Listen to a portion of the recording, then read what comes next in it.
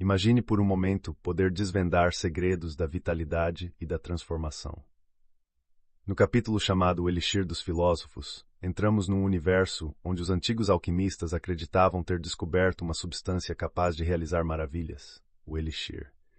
Este é tido como um remédio capaz de rejuvenescer, e é mencionado não como uma simples cura, mas como um renovador do corpo humano, especialmente eficaz em mulheres, prometendo vigor e juventude através de banhos medicinais. Através de exemplos, como os de Batzdorf, nos é contado que este elixir, ao estar na sua forma alva, poderia fortalecer o corpo e clarear a pele de tal forma que só seria acreditar experimentando. No entanto, a cautela é aconselhada para não cairmos em ilusões. É dito que algumas narrativas sobre os efeitos do elixir podem ser fruto de um excesso de imaginação. Relatos sobre a cura de doenças graves e até a regeneração de partes do corpo parecem cruzar a fronteira entre o real e o fictício, lembrando-nos a importância de discernir exageros redigidos em antigos textos. Os segredos do elixir se estendem também ao reino vegetal, onde é afirmado que, com a simples adição de uma solução diluída do elixir nas raízes de árvores frutíferas, poderiam ser colhidos frutos mais saborosos e saudáveis, e até ser possível o cultivo de plantas exóticas em climas inóspitos. As fabulosas histórias continuam com transformações alquímicas de cristais em rubis e quartzo em diamantes, além da possibilidade intrigante de tornar o vidro maleável. Todavia, são narrativas que devemos receber com um grau de ceticismo, lembrando-nos de que até mesmo os grandes mestres nessa arte não apontam fenômenos tão maravilhosos. A questão central do capítulo, no entanto, parece estar no entendimento de si mesmo como chave para a compreensão profunda da pedra filosofal e do processo alquímico.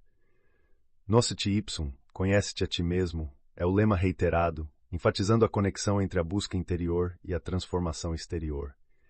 E, finalmente, no entalhe da figura de uma serpente Ouroboros, somos lembrados desse antigo lema gravado no templo de Delfos, um chamado à introspecção e ao entendimento da natureza do próprio trabalho alquímico. O retorno à natureza, com sua luz inerente e vital, é a lição aprendida, onde a luz deve brilhar e o espírito, a parte mais pura e menos quantitativa do ser, deve emergir. Nesse ponto, somos guiados a considerar a sublimação do espírito e o seu desenvolvimento através de reiterações simbolizadas por águias, numa clara alusão ao processo de purificação e iluminação alquímica que almeja não apenas o brilho exterior, mas uma transformação substancial que irradia do interior. Neste capítulo, mergulhamos nas profundezas das alegorias herméticas gravadas em painéis antigos, onde cada imagem e inscrição é uma porta para um conhecimento oculto. No painel 5, nos deparamos com uma frase em espanhol fragmentada que se traduz como "Esses não são nossos amores", mas infelizmente os detalhes do desenho original se perderam no tempo, e com eles a plenitude do seu significado. Em respeito à integridade do conhecimento, prefiro não tecer suposições infundadas sobre este motivo incompleto. Avançamos então para o painel 6, onde um curioso quadrúpede está trancado numa gaiola de pássaros, uma imagem que sofreu com a passagem do tempo e cujo lema sobreviveu apenas parcialmente, Ampansa liberta vera capim TVS, sugerindo, é isso que o abuso da liberdade alcança. Poderíamos interpretar aqui uma representação do espírito, inicialmente livre e posteriormente aprisionado no corpo, como numa gaiola resistente. No entanto, a imagem não nos entrega todas as pistas necessárias para uma interpretação exata, e assim somos obrigados a seguir adiante, sem nos deter em conjecturas. O painel 7 apresenta-nos uma lanterna desenganada no chão, sua porta entreaberta expondo a vela extinta. A inscrição faz um alerta aos artistas impacientes e volúveis, Sic perit inconstans, ou assim perece o inconstante. À semelhança da lanterna sem luz, a fé do artista se esvanece, e ele cai no esquecimento. Os autores antigos nos lembram da importância de manter o fogo da busca sempre aceso, evitando tanto o excesso quanto a falta, em um equilíbrio delicado, que evoca o temor de perder todo o trabalho. A lanterna, neste contexto, simboliza não só a chama física do processo alquímico, mas também uma chama secreta e interna, que precisa ser mantida viva para realizar as transmutações mais surpreendentes. No painel 8, 2 vasos surgem diante de nós, um requintado e outro simples, acompanhados por uma citação de São Paulo que retrata os diferentes usos destes recipientes. Este painel nos revela os recipientes físicos e metafísicos do processo alquímico, trazendo à tona a existência de dois caminhos herméticos distintos, um de honra, que demanda substâncias e paciência nobres, e outro mais humilde, acessível, mas igualmente capaz de levar ao sucesso da grande obra. Por fim, o painel 9 mostra-nos uma serpente ferida mortalmente, mas que ainda assim resiste, inscrevendo DVM Spiro Sperabo, ou Enquanto eu respirar, esperarei. Aqui, a serpente pode ser vista como Mercúrio, um elemento da alquimia, sugerindo a união de duas partes que, ao se curarem, formam uma nova e eficiente natureza.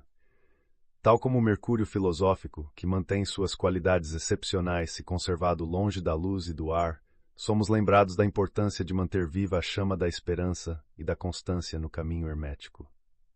Neste labirinto de significados e simbolismos, cada passo é um convite à reflexão sobre a natureza transmutadora da alquimia e do espírito humano, repleto de mistérios e promessas de iluminação interior. E assim, deixando para trás os enigmas ainda não resolvidos, prosseguimos em nossa jornada pelo conhecimento ancestral revelado pelas As Moradas Filosofais. Neste episódio da nossa jornada pelo livro As Moradas Filosofais de Fulcanelli, mergulhamos na reflexão esotérica e alquímica do painel do Castelo de Dampierre, a terceira parte da série representada pela placa 28.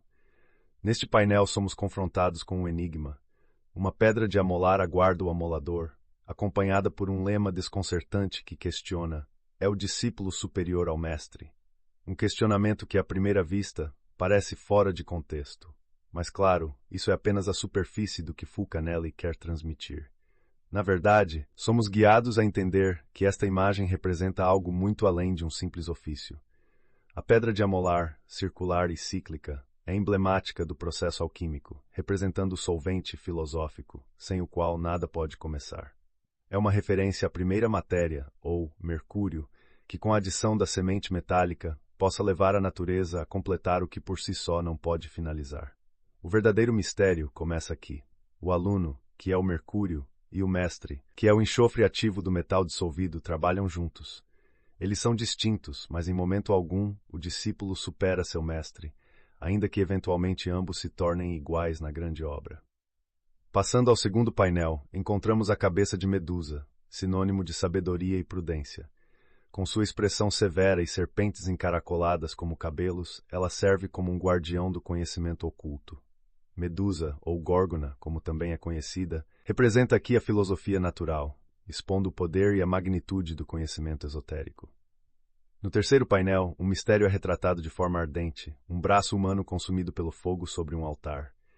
A inscrição proclama Felix Infortunium, que se traduz como Feliz Infelicidade. Este é um caminho abreviado, talvez o braço curto, Ars Brevis, do alquimista, em que o fogo enérgico joga um papel crucial. No entanto, Fulcanelli adverte os iniciantes do perigo do fogo se mal empregado, um acidente que poderia os levar a uma profunda reflexão e, eventualmente, a um valioso aprendizado. Finalmente, o quarto painel apresenta o enigmático Melius Spes-Licebat, ou, de fato, poder-se-ia ter esperado por algo melhor.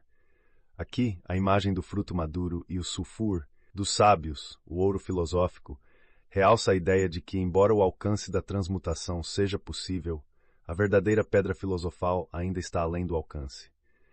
Esta seção do livro é uma mistura de simbolismo cabalístico, linguagem hermética e códigos alquímicos, atando conceitos filosóficos a práticas laboratoriais.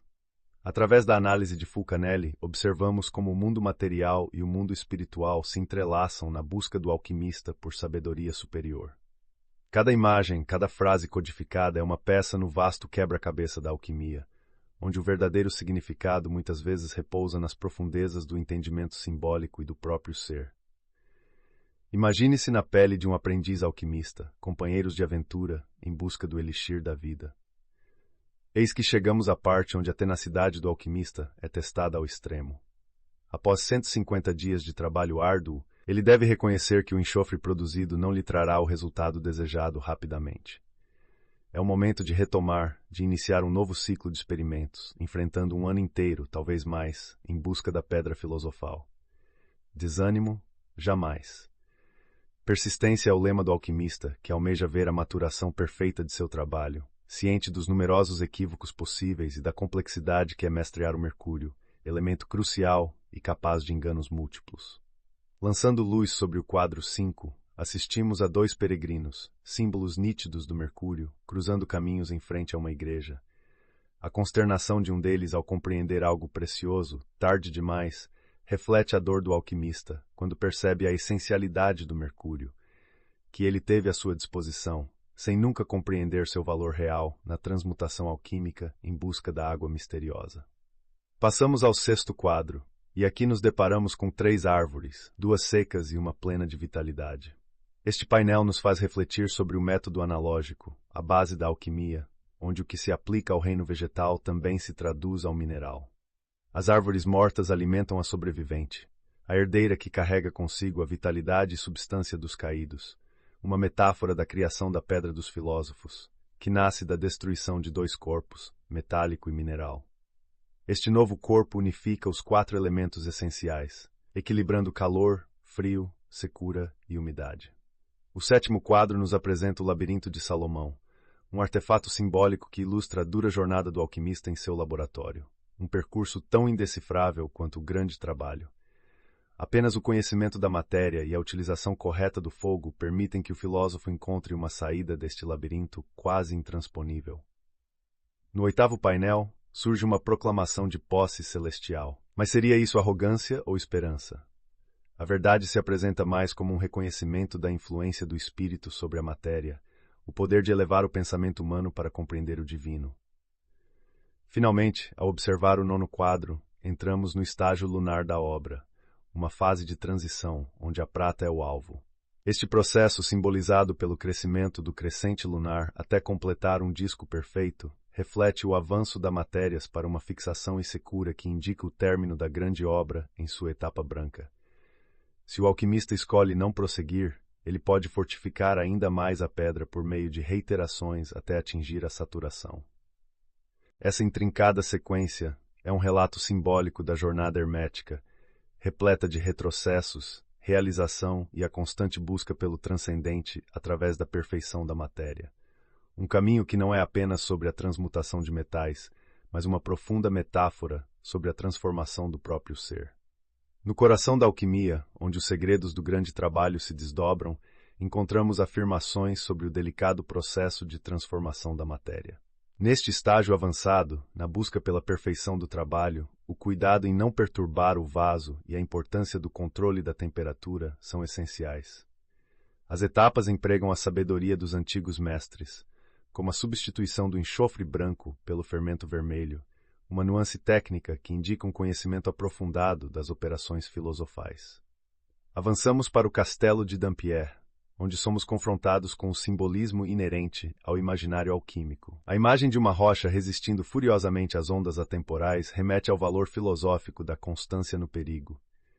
Aqui 2 querubins apaziguam a tempestade, uma metáfora para o alquimista manter a calma e a consistência em meio aos tumultos da cocção, especialmente nos estágios iniciais violentos.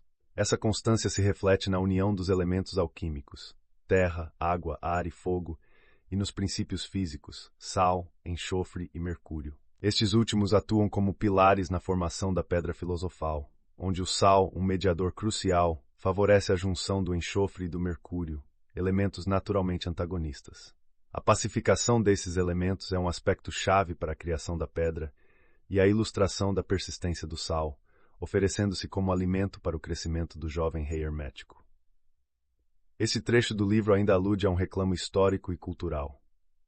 O lamento pela destruição do antigo e harmonioso beco Nonins Dieres em Paris, que foi despojado de uma placa curiosa exibindo a imagem de um amolador, símbolo profundo ligado ao fogo oculto e à água rara utilizada em seu ofício.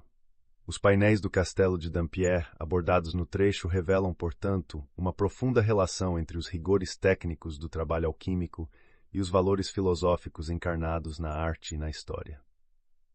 O alquimista moderno é convidado a decifrar os mistérios através de símbolos e alegorias, como a figura da rocha resistente e o amolador, enfatizando que a verdadeira transformação, tanto da matéria quanto do espírito, exige paciência, entendimento das leis naturais e uma devoção constante perante os perigos do processo. Na essência das transmutações alquímicas que nos revela o trecho da obra As Moradas Filosofais, a criptografia das palavras e imagens nasce como um desafio à compreensão. Encontramo-nos diante do enigma Mihi Mori LVVM. A morte é um ganho para mim. A inscrição aponta para o paradoxal benefício que a morte traz ao renascimento filosófico. É uma metáfora profunda sobre a necessidade de decomposição da semente mineral para que um novo ser possa emergir com maior poder e virtude. Nas palavras adulteradas neste antigo epigrama, encontramos uma alusão à mortificação e à regeneração alquímica. Avançando pelo percurso de painéis esculpidos no caminho da grande obra, deparamo-nos com o terceiro, trazendo a imagem de uma mão ulcerada que surge das nuvens, segurando um ramo de oliveira, símbolo máximo de paz e união. O emblema carrega o seguinte ensinamento: Pervdenti liniti dolor. O sábio sabe aliviar sua dor, aquietando tanto o sofrimento moral quanto o físico. A união desses momentos da fear filbostrower, em septuro filósofo clareza eternidade em face dos desafios da vida.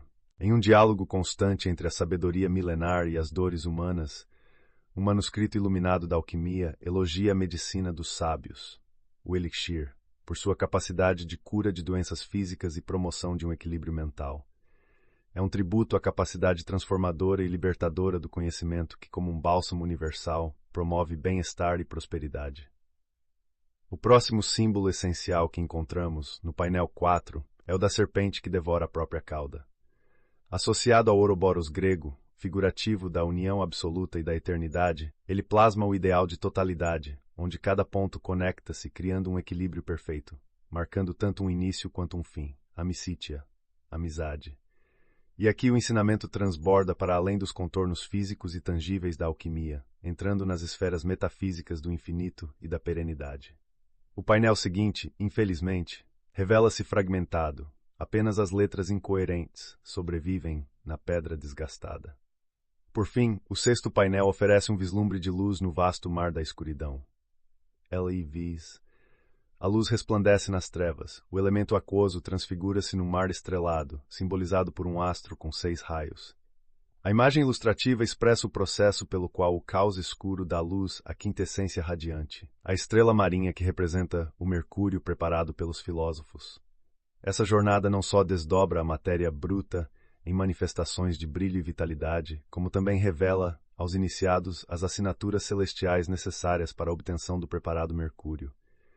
Assim, o trecho nos guia através de uma complexa tessitura de alegorias e significados que fundem a transmutação alquímica com as profundas verdades da existência e a busca incansável pelo conhecimento na escuridão do desconhecido.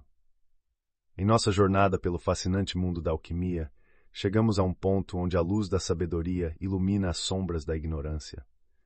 A parte 4 de As Moradas Filosofais leva-nos a um entendimento mais profundo do selo hermético, apontado por Trismosin, que revela uma estrela brilhante surgindo na alvorada, simbolizando conhecimento e iluminação.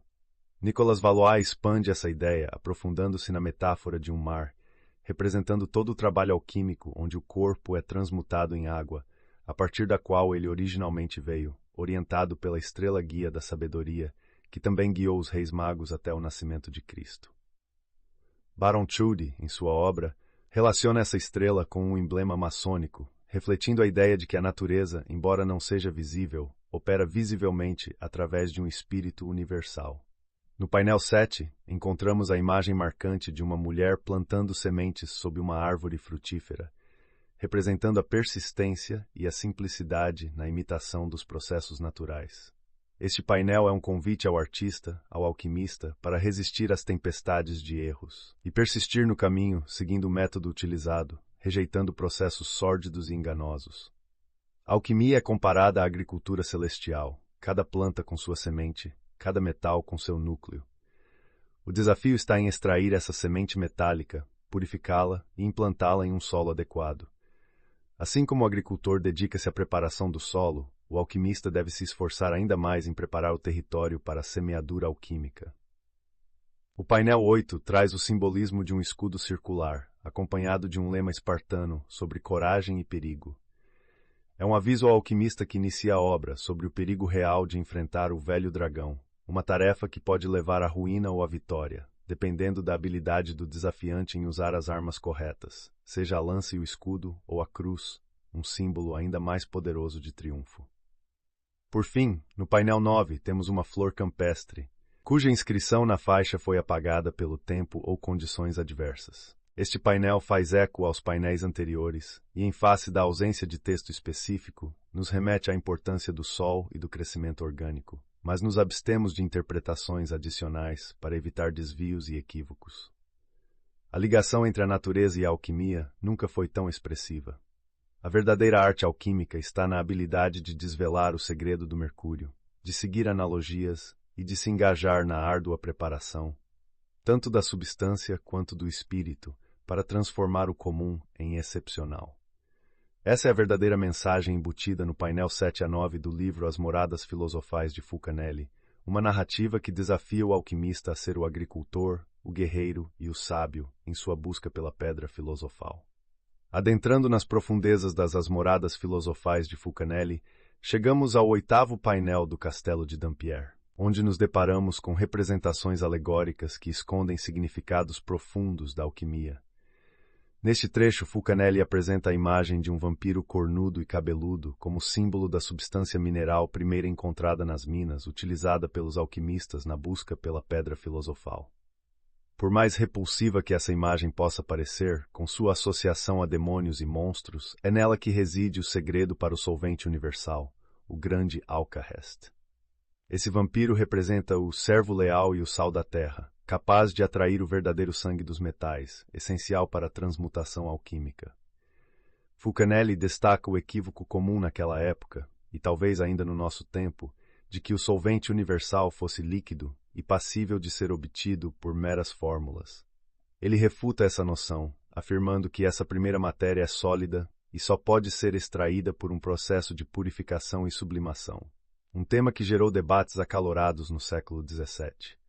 Com cada operação, essa substância abandona suas impurezas e condensa sua virtude, tornando-se cada vez mais poderosa e eficaz. No segundo painel, Fulcanelli descreve uma coroa frutífera, apontando para a recompensa abundante que aguarda aqueles que superarem os duros desafios da alquimia.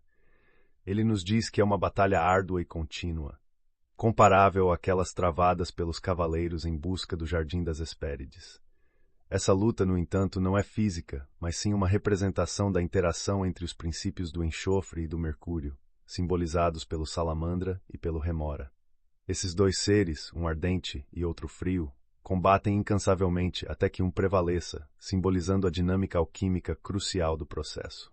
Através destas imagens fascinantes e da incorporação de múltiplas referências e anedotas históricas e científicas, Fulcanelli convida o leitor a contemplar as profundezas da tradição alquímica. A pedra de tropeço dos ignorantes é, na verdade, a chave para os sábios, um princípio que ressoa na alquimia e na jornada do conhecimento. Esse trecho nos lembra que as verdades mais profundas podem estar escondidas em símbolos obscuros e que a conquista espiritual e intelectual exige tanto discernimento quanto coragem. E assim, como alquimistas modernos em nossa jornada por conhecimento, encerramos a exploração deste painel, cientes de que é através da perseverança e compreensão verdadeira que podemos aspirar a decifrar os mistérios mais profundos da natureza e da existência. Neste trecho vibrante de As Moradas Filosofais de Fulcanelli, nos deparamos com uma descrição simbólica da luta entre opostos, um duelo entre a salamandra, que expele fogo e luz intensa, e a remora, uma criatura coberta de gelo que suda um frio paralisante. A salamandra, um símbolo da verdadeira energia vital na filosofia hermética, ataca ardorosamente, mas sua força diminui conforme o gelo toma conta do campo de batalha. Zinar cabe temor ao poder frio e inivível da remor. Após o conflito, um velho sábio revela que o corpo quente da salamandra derrotada serve como uma fonte de calor eterno, capaz de cozinhar alimentos sem fogo. Esse simbolismo rico evoca a perpetuidade da energia vital, até mesmo na morte. Ele comenta que os olhos, se purificados das sombras da morte, seriam como pequenos sóis e que as chamas eternas eram preservadas em monumentos grandiosos. A seguir, encontramos referências a uma representação de uma peça de artilharia do século XVI, que alerta que, mesmo que não atinja seu alvo, ao menos causará terror. Isso atua como uma metáfora para os estudiosos da alquimia, onde o conhecimento pode ser enigmático, e embora possa não ser inteiramente compreendido, ainda assim provoca um impacto profundo. Adiante, o autor tece conexões alquímicas com o mito de Narciso, cuja morte e metamorfose numa flor são usadas como alegoria para a transformação alquímica. Os alquimistas associavam as cores da flor do narciso, branco e amarelo, aos enxofres que direcionam os trabalhos prateados e solares. A história de Narciso reflete a jornada do metal dissolvido, cujo enxofre é o princípio das águas, capaz de dar vida ao novo ser metálico superior. Para perturbar ainda mais nosso entendimento convencional, o autor narra o simbolismo da Arca de Noé como um representante da totalidade dos materiais alquímicos em processo de mutação sob o calor do fogo. A imagem da arca flutuando sobre as águas do dilúvio aponta para a vitória da verdade dentro da prática alquímica, onde o trabalho secreto e maravilhoso dos alquimistas é feito longe dos olhos dos descrentes.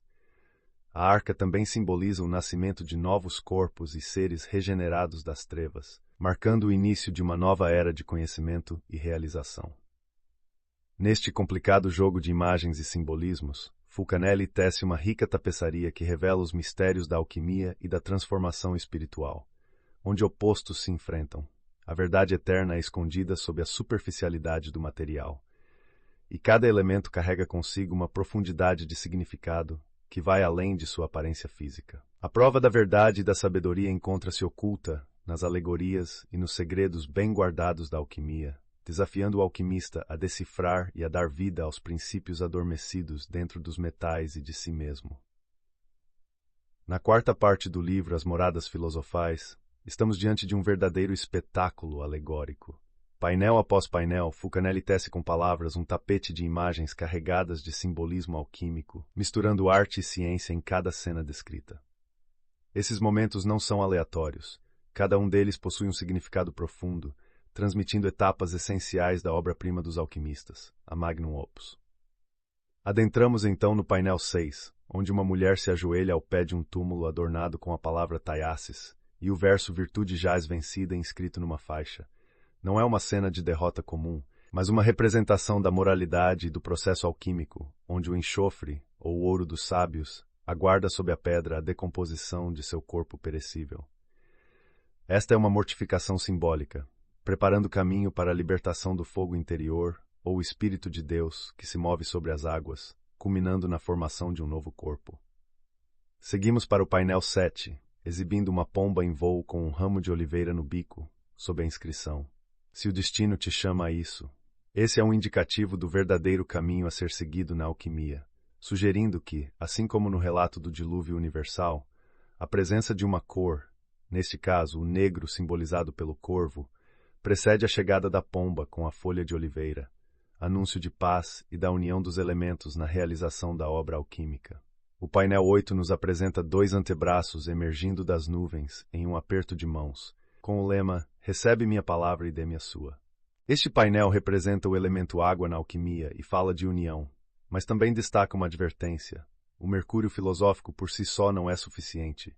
Ele deve se unir a um segundo componente, o enxofre, para possibilitar a criação da pedra filosofal. Por fim, no painel 9, testemunhamos a doce e trágica cena de duas pombas decapitadas que nos contam sobre a concórdia nutrita amorem. A concórdia alimenta o amor. Essas são as Doves of Diana, representando o mercúrio dissolvente, engajado numa harmonia perfeita, cuja presença é decisiva na transformação alquímica. Fulcanelli nos mostra através destes painéis que a alquimia não é mera transmutação de metais, mas sim uma dança cuidadosamente coreografada de elementos, princípios e processos simbolizados de maneira poética e profunda. Cada imagem, cada alegoria revela não apenas o caminho para a pedra filosofal, mas também oferece um vislumbre da compreensão da vida, da morte e da transcendência que são o coração da alquimia. E assim, conforme avançamos por essas moradas filosofais, a promessa de um conhecimento oculto e um poder transformador continua a instigar nossa mente e espírito. Nesta sessão das Moradas Filosofais de Fulcanelli, exploramos os mistérios e simbolismos herméticos presentes no castelo de Dampierre, captando a sabedoria que o alquimista buscava transmitir. Começamos com a imagem de uma mão lançando esferas contra uma rocha, um ato que evoca o processo de resolver e coagular, tão fundamental na prática alquímica, um ciclo incessante de desfazer para refazer em busca da perfeição e aumento de energia do propalado elixir da longa vida. Na linguagem hermética, essa dinâmica é compreendida pelas múltiplas transformações da pedra filosofal, que a cada ciclo se torna mais poderosa.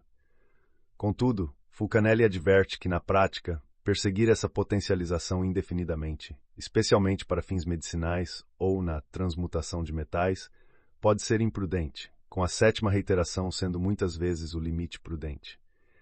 Isso se deve ao fato de que, com cada ciclo, a pedra obtém uma capacidade de penetração maior e exige menos tempo para o processo. Um detalhe técnico que sugere prudência e respeito aos limites naturais da matéria. Avançamos para a representação de uma árvore seca, despojada de vida, que serve como metáfora para os metais comuns que foram privados de sua vitalidade durante o processo industrial. No entanto, sustenta Fulcanelli, até nas suas cinzas, quando devidamente tratadas, permanecerá a alma do metal, uma essência ou fogo filosófico indestrutível, conhecida como enxofre que, ao contrário do que nome sugere, é completamente distinta do enxofre comum e possui qualidades quase divinas de imortalidade e transformação. Por fim, somos apresentados ao Atanor, o forno filosófico cuja forma piramidal é rica em simbolismos e funcionalidades. Imaginado com portas para observar a evolução do trabalho, uma para o fogo e uma tampa para a ventilação, o Atanor é o coração da transmutação hermética. Contudo, Fulcanelli deixa claro que este Atanor material é apenas um reflexo de algo mais profundo e abstrato. O verdadeiro Atanor é a própria matéria, o veículo do fogo natural e secreto, que perpetua a imortalidade do trabalho. Ao transmitir esses conceitos esotéricos, Fulcanelli não apenas informa sobre as práticas alquímicas, mas também convida à reflexão sobre os limites entre a ambição desmedida e o respeito à sabedoria tradicional, entre o poder da transformação e a reverência aos processos naturais. Em As Moradas Filosofais, é essa tensão que mantém viva a chama do conhecimento alquímico, guiando-nos na perseguição da verdade oculta nas alegorias e nos símbolos. Na busca pela essência última das transformações, mergulhamos nos segredos do fogo secreto, conforme revelado por Fileltes, um elemento sem o qual, segundo ele, os sábios jamais poderiam prescindir. Entendemos que esse fogo é o motor por trás de todas as metamorfoses das substâncias, extraindo sua origem tanto do enigma metálico quanto da essência enxofrada. Como nasce da substância mercurial, o alicerce de todos os metais, ele é considerado mineral e, por adquirir as qualidades específicas do pai dos metais durante a extração do enxofre metálico, também é reconhecido como sulfuroso. Esse fogo é dual, combinando as virtudes magnéticas, de agregação e organizações do mercúrio com as propriedades de secagem, coagulação e fixação do enxofre. Essa dualidade, essencial para a animação do Rebes, um conceito alquímico que representa a matéria-prima em sua dualidade, requer apenas calor para passar da potencialidade para a ação e manifestar seu poder. E ainda que esse fogo metafórico seja representado pelo nosso Atanor, o locus da energia do princípio da imortalidade encerrado no composto filosófico, ele não é literalmente o fogo do forno.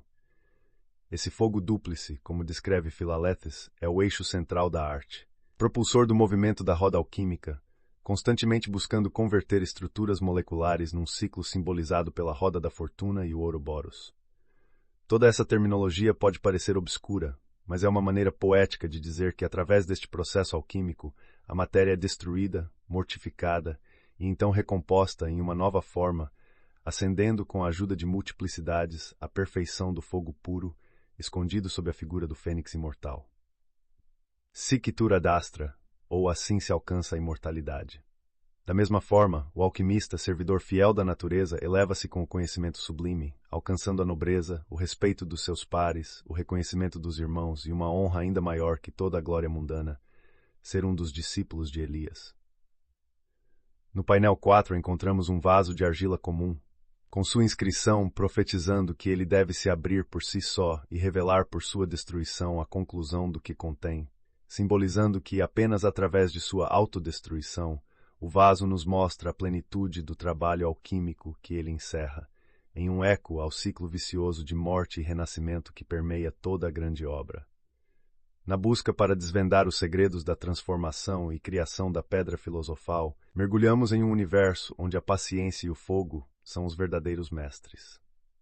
No trecho 13 da parte 4 de As Moradas Filosofais, Fulcanelli nos leva pelos caminhos secos e ardentes do trabalho de Saturno, onde os materiais sólidos se convertem em milagres alquímicos através do calor intenso. Em um processo denso e repleto de simbolismos, aprendemos que a grande obra ocorre em segredo, dentro do invólucro de um cadinho selado, cercado pelo calor escaldante das brasas. Aqui uma verdade ressoa forte e clara. A operação árida da pedra filosofal não guarda a transparência dos métodos úmidos e seus recipientes de vidro que permitiam um controle minucioso. Nesse método seco, tudo o que resta é a fé e a confiança do alquimista no divino, pois não há indícios visíveis ou etapas coloridas que guiem sua mão. Cada passo é um mergulho cego no desconhecido, confiando inteiramente na sabedoria do fogo e na experiência adquirida ao longo de numerosas tentativas. E no auge dessa viagem alquímica, quando parece que não há mais o que se seguir, uma rachadura súbita na superfície do cadinho se apresenta como o solene arauto do sucesso, anunciando a criação do enxofre alquímico e a fixação completa do mercúrio. É a culminação do processo, a epifania cristalizada pela qual o alquimista tanto anseia. Nessa trilha árdua, diversos painéis simbólicos ali nos secundários histórias de várias de significado. Encontramos a espada e a espátula, representações da dupla capacidade de ferir e curar, matar e ressuscitar. O significado hermético traspassa a materialidade das ferramentas e sugere um poder transcendental do solvente alquímico. Essa dicotomia é a chave primeira do magistério, abrindo o caminho para a extração da essência do espírito sepultado dentro do corpo metálico. E enquanto as imagens continuam a nos envolver com seus mistérios, um painel retrata a amizade inimiga da era e do tronco, uma representação profunda do veneno transformador, a pedra filosofal que é, paradoxalmente, o remédio definitivo. Por fim, deparamos-nos com a metáfora de um centauro, que em meio a símbolos romanos nos desafia a interpretar sua visão e lugar nesse processo enigmático.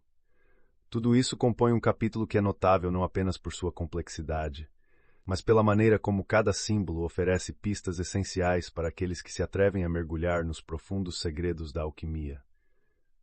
Cada etapa dessa jornada não é apenas uma operação física, mas também um ritual carregado de espiritualidade e promessas de transformação. O alquimista não somente realiza experimentos, ele deve vivenciar uma verdadeira iniciação, onde cada fracasso e cada sucesso o aproximam da essência divina escondida na matéria bruta. Quem poderia imaginar que os símbolos e enigmas da Roma antiga dessem vida aos segredos da alquimia? No capítulo sobre o castelo de Dampierre, Fulcanelli nos envolve em uma teia de significados ocultos que nos levariam a uma jornada rumo à pedra filosofal. Peguem suas capas e varinhas, pois estamos decifrando os códigos herméticos de antigas civilizações e suas conexões com a alquimia. A águia, símbolo poderoso e visão constante nos padrões romanos, aqui aponta para uma terra específica, a terra romana. No mosaico alquímico de significados, essa terra romana está associada a substâncias terrestres cruciais no processo alquímico que nos oferece o solvente necessário para transformar os metais em água mercurial ou, para os iniciados, em um vitriolo filosófico. Este vitriolo citado não é o sulfato ferroso comum, mas um complexo vitriolo duplo de ferro e cobre. Esse salt foi descrito pelos gregos como tendo um cheiro forte e desagradável, que se transforma em uma aparência negra, esponjosa e oleosa quando esmagado, uma imagem que calha bem nos domínios da alquimia. A jornada continua com o testamento de Basílio Valentim, enfatizando as propriedades extraordinárias do vitríolo, realçando sua capacidade ímpar de se familiarizar com todos os metais. Valentim nos desafia a reconhecer a verdade por trás de suas palavras apenas se soubermos exatamente sobre qual corpo ele fala. E fundo nesse enigma está a noção de que o vitríolo é fundamental na extração e criação da pedra abençoada, esse grau alquímico que promete tanto e permanece tão misterioso.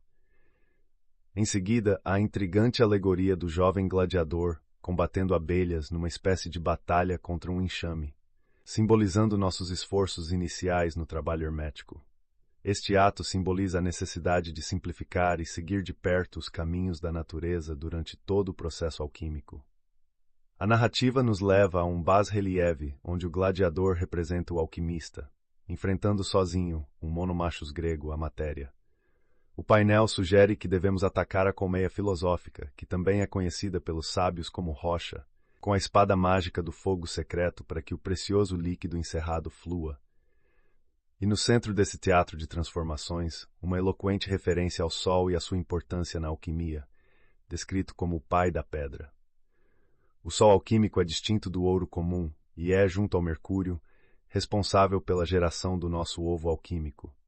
Para resumir, os alquimistas entendem que os metais são compostos de enxofre e mercúrio. No entanto, ao cozinhar filosoficamente o Hebs, eles produzem um enxofre de propriedades excepcionais, capaz de absorver mais mercúrio e propagar a técnica de multiplicação e crescimento, algo vital para a conclusão do grande obra. No final deste capítulo do livro, a mensagem é clara. Na ausência, permanece tudo. É o princípio fundamental da matéria básica ilustrada no painel final do Castelo de Dampierre. Uma matéria insignificante e abundante da qual os filósofos extraem tudo o que precisam, sempre lembrando que a pedra é gerada de princípios comuns, mas dela não emerge um metal comum, e sim um resultado alquímico peculiar a partir da união alquímica do enxofre e mercúrio. Aqui concluímos mais uma peça do quebra-cabeça esotérico. A terra romana nos serviu de pista, um convite para explorar os antigos mistérios da transformação e trazer à luz os segredos das moradas filosofais.